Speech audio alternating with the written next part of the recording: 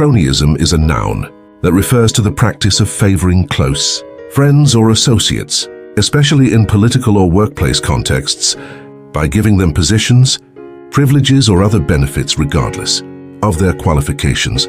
Cronyism often implies unfairness or bias as it overlooks merit in favor of personal loyalty and relationships, leading to potential conflicts of interest or corruption. Origins of cronyism. The word cronyism comes from crony, which has been used in English since the 17th century to mean a close friend or companion. Crony itself likely originated from the Greek chronios, meaning long-lasting, suggesting the idea of a long-standing friendship.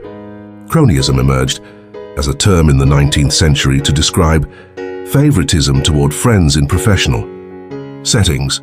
How to use cronyism. Cronyism is often used critically to describe situations where individuals in power, such as government officials or business leaders, appoint their friends to important roles without considering qualifications or suitability.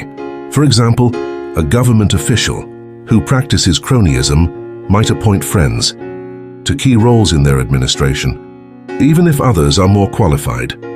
The word is frequently used in discussions of ethics, politics, and corporate governance.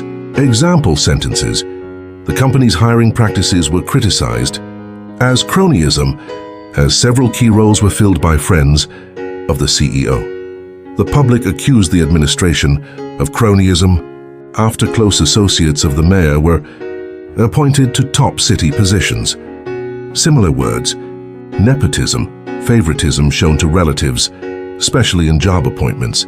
Favoritism, showing preferential treatment to certain people, often unfairly. Bias, inclination or prejudice for or against someone, often unfairly. In essence, cronyism highlights the issue of favoritism.